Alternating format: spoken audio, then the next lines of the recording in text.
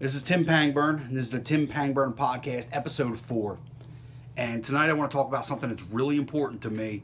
So if I get a little fired up, just bear with the rant a little bit because I got a lot to say on this subject. And that is doing what you love solely for yourself. Solely for your own happiness and not for anybody else. I'm going to take it back to 2005. I've been tattooing for 19 years. Back in 2005, I hit my first big stumbling block of not loving what I was doing. Now, at that point, I'd only been tattooing 7 years, and all of a sudden, I found myself not enjoying it. I wasn't in love. I would come to work, and I didn't want to go to work, and I didn't want to do the tattoos I was doing. Now, this is a common first stumbling block because at the time what it was is I wanted to do more of my stuff.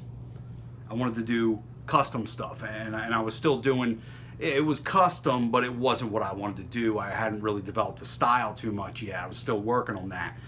But I got to this point where my twins had been born recently, and I hit this point where I just wanted to stop, and I was seriously considering quitting. I didn't know what I was going to do, but I was really thinking of quitting tattooing. Now, a guy I knew, I was supposed to go work for him out in Pittsburgh. I was living in New Jersey at the time, and I was supposed to go work for him in Pittsburgh. And I told him what was happening with me, and he said, "Look, this is where you have to decide. You have to make a conscious decision to make your job work for you and not you working for your job." And this became like a defining thing for me in my whole career because I didn't know what to do with myself at that point. And I had quit for about 3 weeks. I stopped. I just was like, I can't do it anymore. I'm done. I don't know what to do. And during that time, I just kind of sat on my ass. I didn't know what to do. I was lost. But I put a lot of weight in what he said. Make your job work for you. What did that mean for me? For me, that meant I was going to pursue the type of work I wanted to do, with the type of clients I wanted to work with, in the type of shops I wanted to be in. And starting in 2005, I started bouncing around quite a bit. I spent 10 months in one shop, and then I spent 6 months in another. 10 months in one, 3 months in one, then moved out to Pittsburgh, spent 6 months out there, went down to Atlanta, spent 2 months down there, came back up here, spent 6 months in a shop, went to another shop after that. And during this time I was starting to do conventions, and I was doing guest spots. And I was really pushing my style of work, developing my style. But what this was I was unhappy with how things were. I didn't like a lot of things about where my career was at that point in time. And on the wider scope of things, I've gone through this more than once. 2005 was the first time it happened. I think it probably happened again in 2010. Sounds about right. 2010 was the year that I opened my private studio. And at that time, I had started, over the couple years before that, I had started working by appointment only, doing custom work. I'd work my ass off from 5 to 8, or 5 to 8 to get to that point, and then from 8 to 10 to build that clientele so that I could be private. And the reason I went private is because I was like, I'm fucking done with this. I'm done with tattoo shops. I fucking hate them. I don't want to work in them anymore. But I still love tattooing. I knew I had gotten to that point. So I went private. That's what the 2010 break was. The 2010 personal crisis was, I'm done with dealing with shops. That was another point for me there. Now, part of the reason that I kind of sunk back into the private studio and wanted to get out of a shop environment was honestly because I thought that would put me into a different category of artist. I had been working a bit of the convention circuit, and I'd been doing several guest spots. But at no point could I ever find footing or really, really wedge my foot into the door of being in any of the cool kid clubs. You know, tattooing, to anybody that works the convention circuit or anything like that, tattooing, there's cliques. There's a lot of cliques. And this goes for all jobs. You work in any career, and there are cliques of people. For me, I was never able to quite get my foot in and be a part of any of those. I was always just on the outside of it. You know, I didn't do the style that would fit with certain groups, or I didn't work the circuit enough, or, you know, these guys were single guys that don't have kids and I had a family. It made things difficult for me because that's what I wanted. I thought that's what I needed in order to ensure my own success and really further my career and push it to where it needed to be. I thought that's what I had to do. Turns out that's not exactly how it works. That's not what I had to do. Now this came again. This came again into 2011. It's just kept rolling for a little while. 2011 was the year that Ink Master started, and this is still not too long into tattoo television, and I actually went and tried out for the first season of Ink Master, and you know, they didn't look at my portfolio. They talked to a bunch of people. They talked to us one at a time. I think they took headshots. So, you know, I was kind of frustrated. Now, of course, I'm not dissing anybody that's been on the show. I know a lot of people that have been on Ink Master. I was on a TV show. I have no problem with it as a whole. I can get more into that in a minute, but and that first season, like, I had several friends on it, and it was, they all deserved it. Like, it was fantastic. But I was like, they don't like the way I look. You know, and maybe that was it, because like I said, they didn't even look at my portfolio. But, you know, so I'm assuming that they didn't like the way I look, but that wasn't cool for me. So anyway, yeah, I felt like I shouldn't have to change anything about me to make myself, to get into that position of being one of the cool kids. Now this is an ongoing part of my story, going back to my childhood. You know, I always wanted to fit in. I wanted people to like me. I wanted to be friends with people.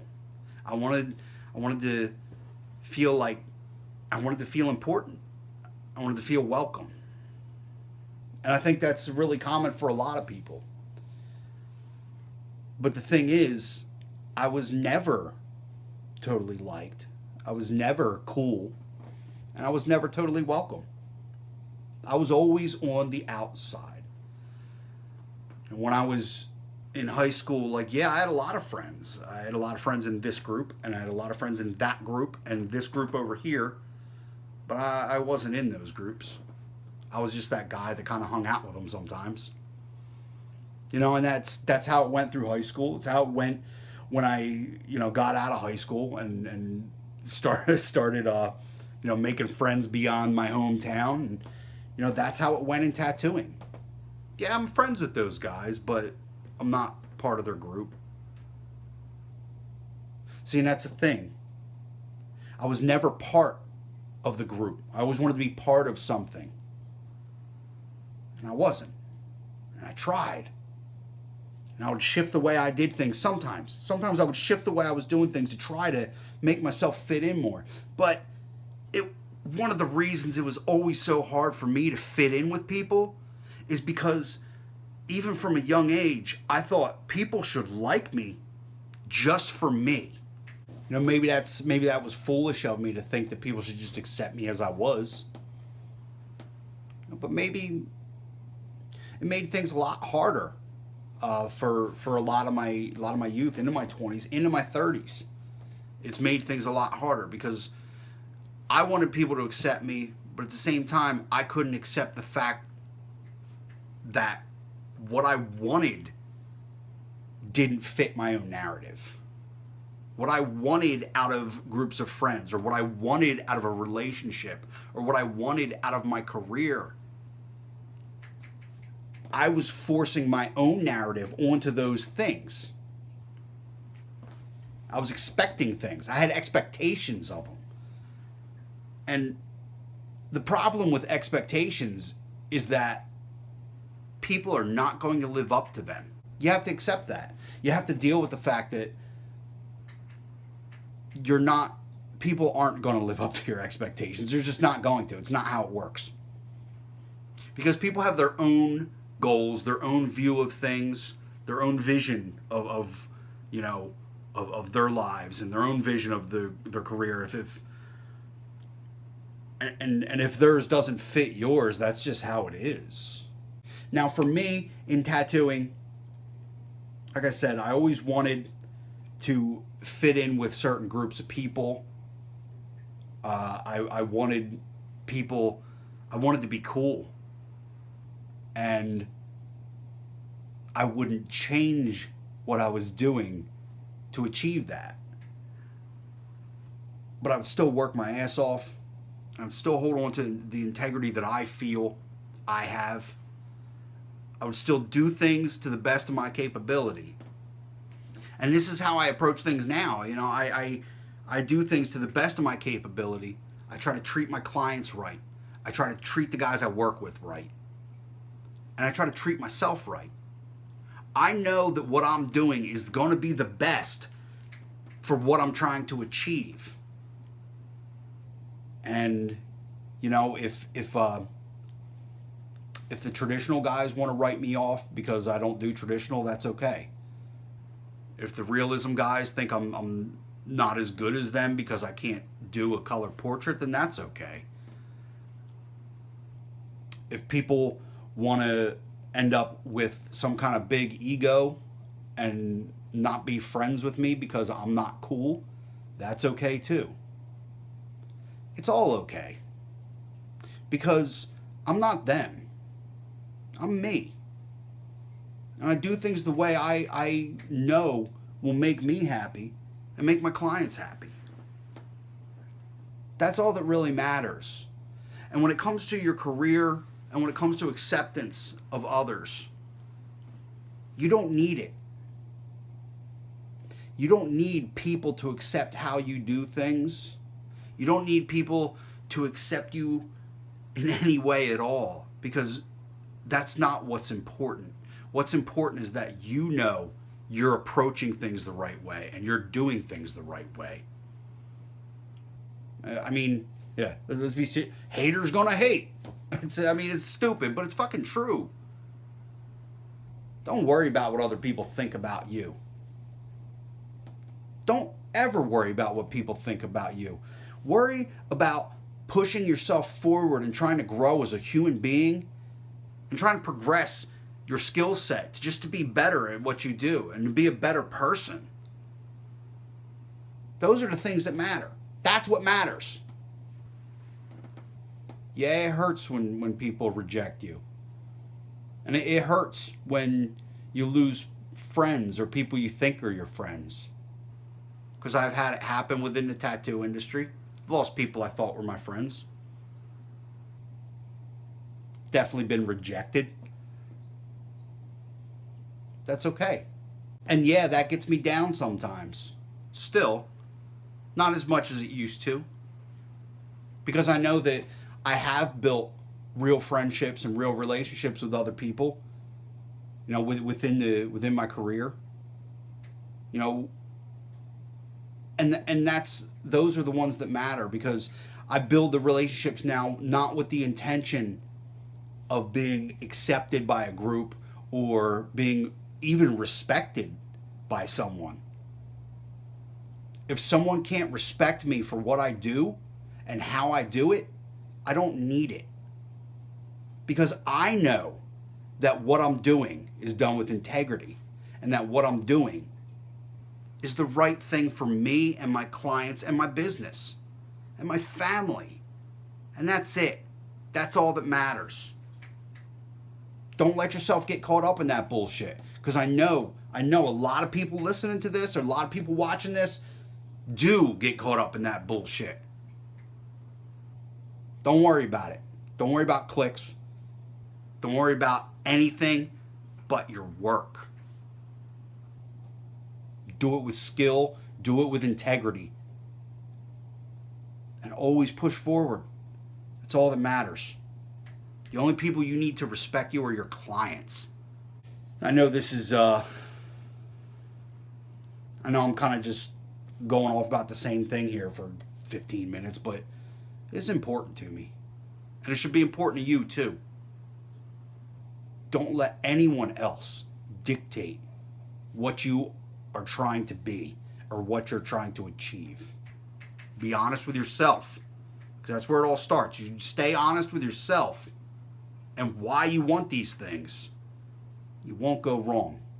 Thank you for taking the time, guys. I really appreciate it. If you're looking for me online, I'm super easy to find. TimPangburn.com, Facebook.com/TimPangburnArt, and on Twitter, Instagram, Snapchat, and Medium @TimPangburn. If you like this, subscribe, share, comment. I really appreciate the feedback. Any kind of comments or anything you got for me, let them fly. I'll be happy to respond. So, thank you guys. I love you. Have a good evening.